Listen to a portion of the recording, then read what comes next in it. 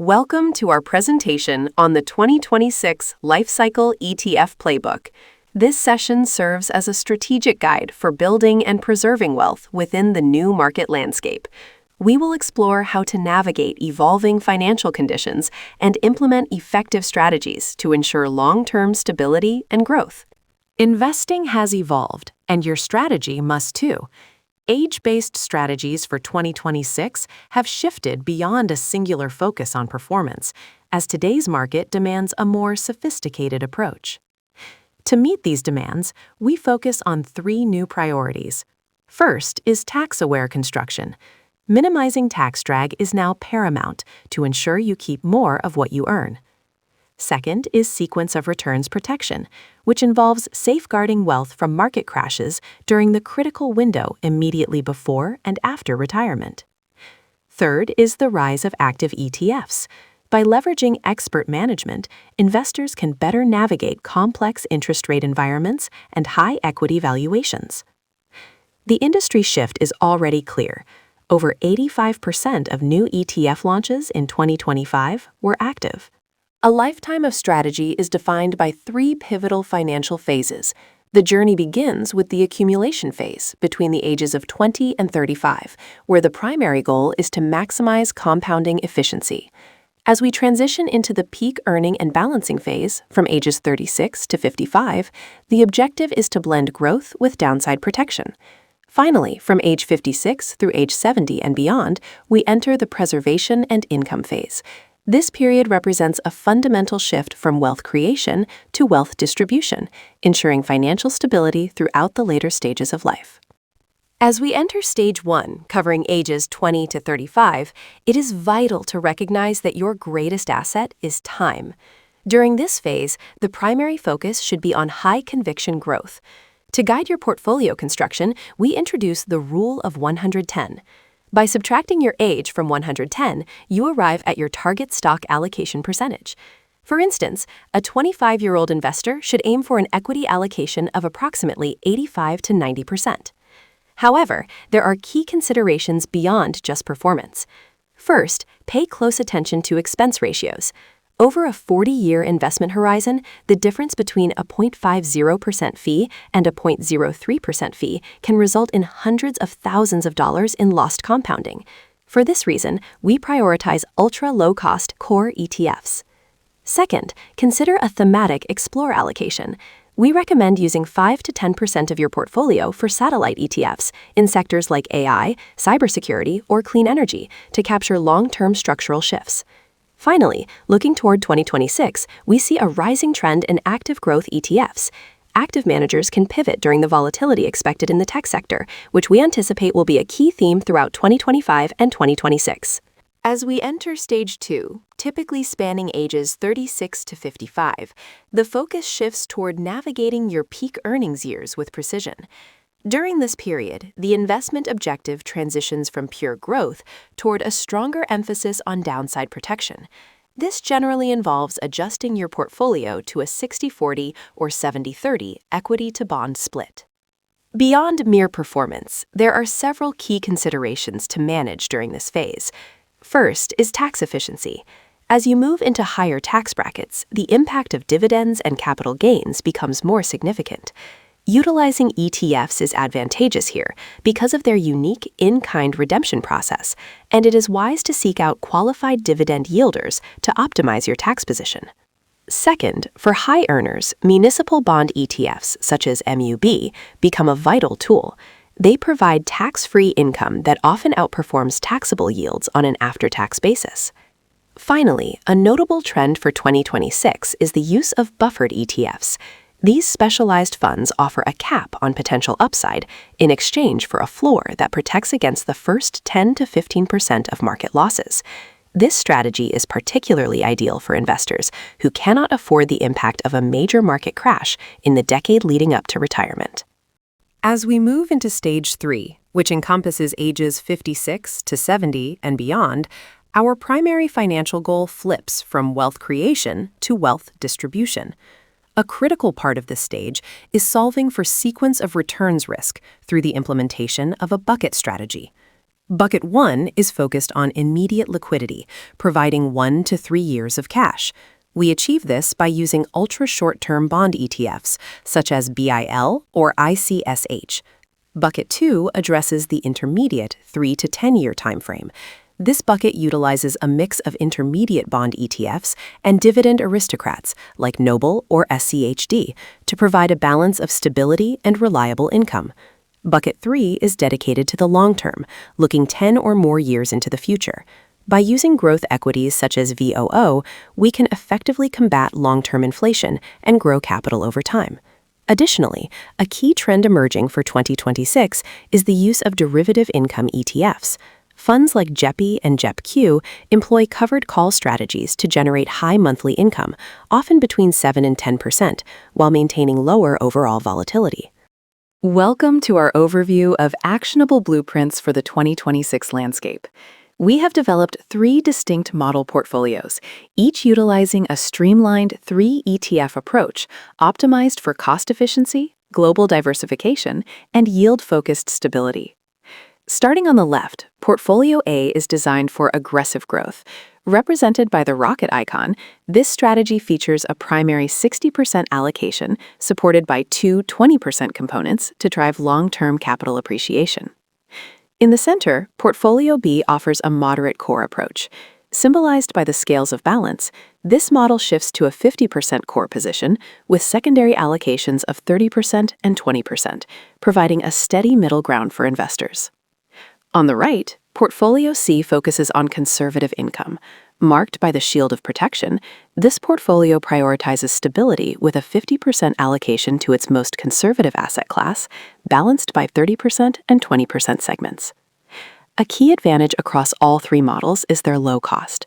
Each portfolio is engineered to maintain a total weighted expense ratio below 0.15%, ensuring that your investment remains as efficient as possible. Welcome. Today, we are looking at portfolio construction for every life stage, highlighting 3 distinct strategies designed to meet evolving financial objectives.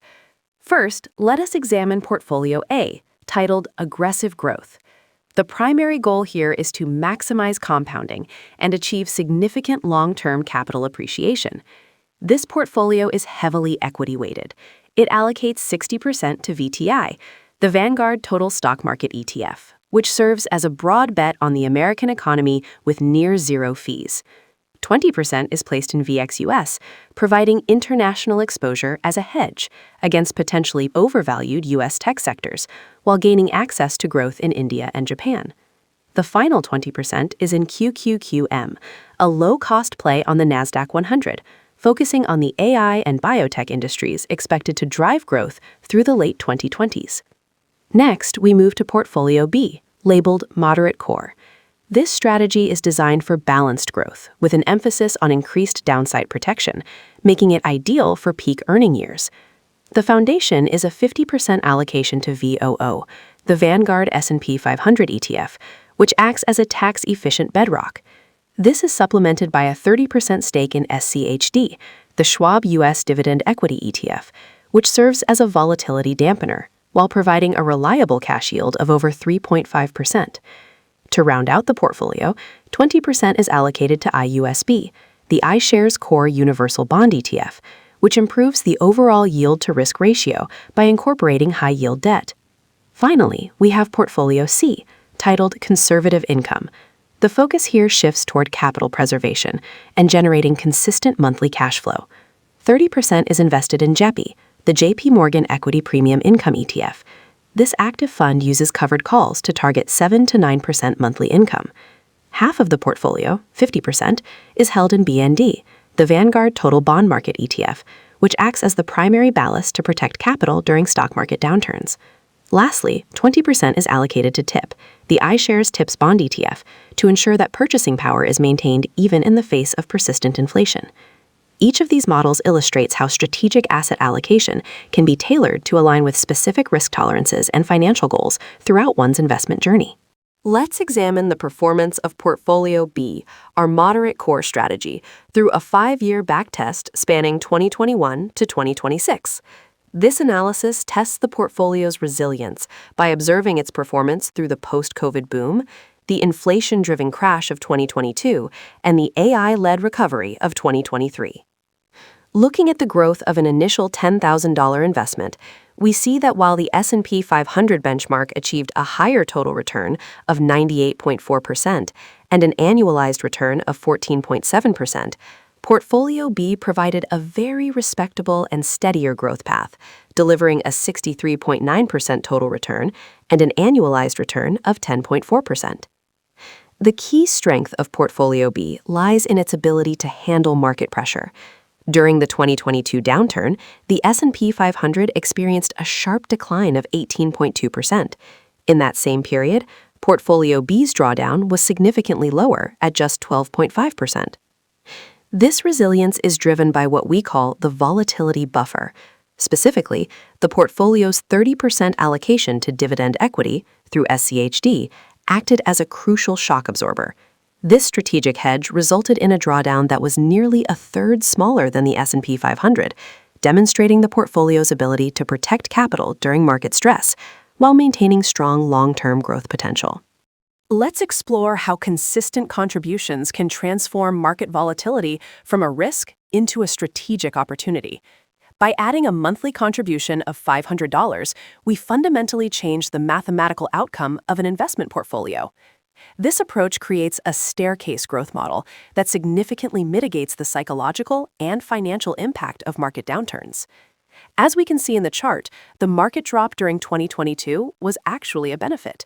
By continuing to buy during that period, we were effectively buying on sale, which reduced the average cost of the shares held. Looking at the backtest table for Portfolio B with dollar cost averaging, we see the results of this discipline over a 5-year period. With a total of $40,000 invested, the final portfolio value grew to $55,485. This represents a total profit of $15,485 and a strong internal rate of return of approximately 10.6%. The key insight here is that dollar cost averaging turns a market decline into a buying opportunity. Purchasing shares at lower prices reduces the overall cost basis, which amplifies gains during the subsequent market recovery. The retiree's dilemma highlights the fundamental choice between maximizing your total nest egg or maximizing your annual paycheck. On the left, we have Portfolio B, which focuses on growth through a moderate approach. This strategy results in a higher final portfolio value of $55,485, though it generates a lower annual retirement income of $1,387. On the right is Portfolio C, a conservative strategy designed for cash flow. While the final portfolio value is lower at $47,820, it produces an annual retirement income of $2,486. This represents 79% more income for the retiree. To determine which path is right for you, consider your timeline and priorities. Choose Portfolio B if you have 5 to 10 years before you need the money and want a larger balance to fight long-term inflation. Conversely, choose Portfolio C if you are retiring now and care more about the actual monthly deposit into your bank account than the total value shown on the screen. Navigating the red zone is about managing the transition from wealth accumulation to wealth preservation and income generation. This 10-year glide path from age 55 to 65 is a strategy specifically designed to reduce portfolio risk as you approach retirement, protecting you against sequence of returns risk. As shown in the data, the objective is to gradually shift capital between 3 core asset classes. We start with growth equity, utilizing broad market exposure like VOO. We then transition into income equity, featuring dividend-focused holdings like SCHD and JEPI, and fixed income, using instruments like BND and TIP.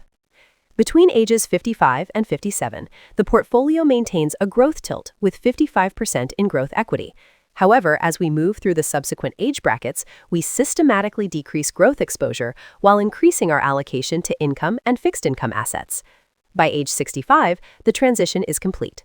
Growth equity has been reduced to 25%, while the combined weight of income equity and fixed income has increased to 75%.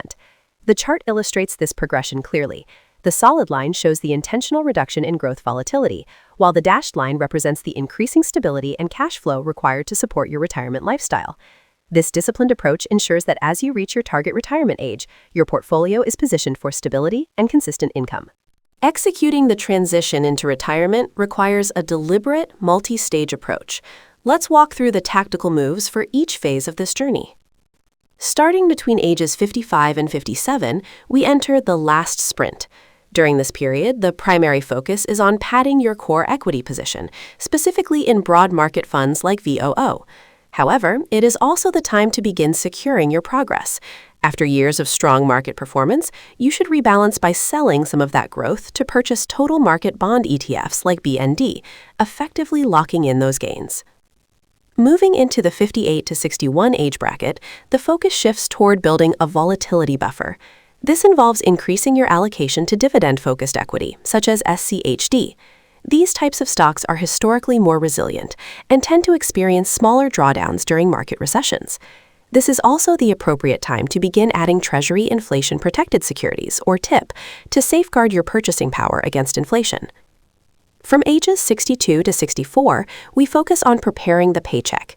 Here, we introduce income-generating assets like JEPI, a covered call ETF. We also suggest letting dividends accumulate in ultra-short-term bond ETFs such as SGOV.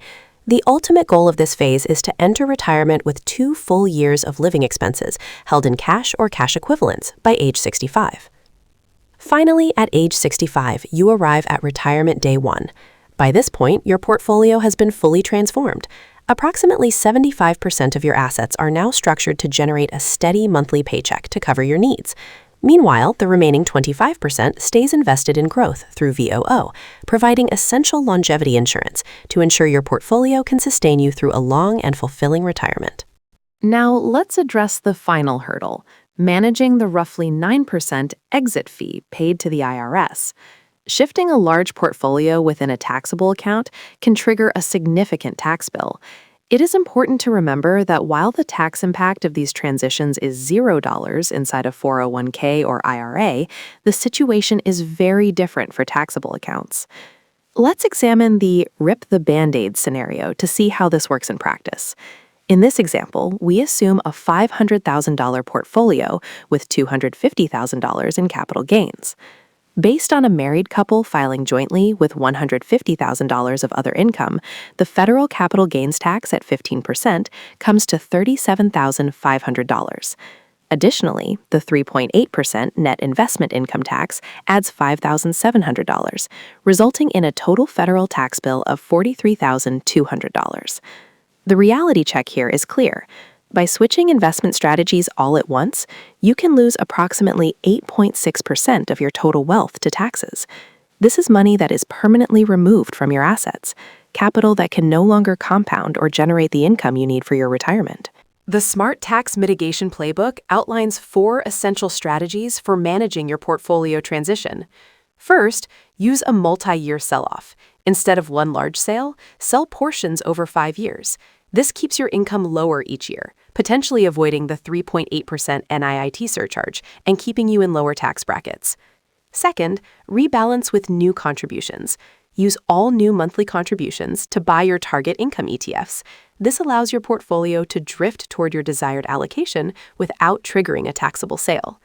Third, identify specific shares. When selling, use specific identification to sell the shares with the highest cost basis, which are typically those bought most recently. This minimizes the taxable gain on each sale. Fourth, turn off dividend reinvestment. Take the cash dividends from your growth stocks and manually use that cash to purchase your new income ETFs. This is a tax-free way to slowly shift the portfolio's weight. In retirement, tax efficiency isn't just about saving money. It's about preserving the engine of your income.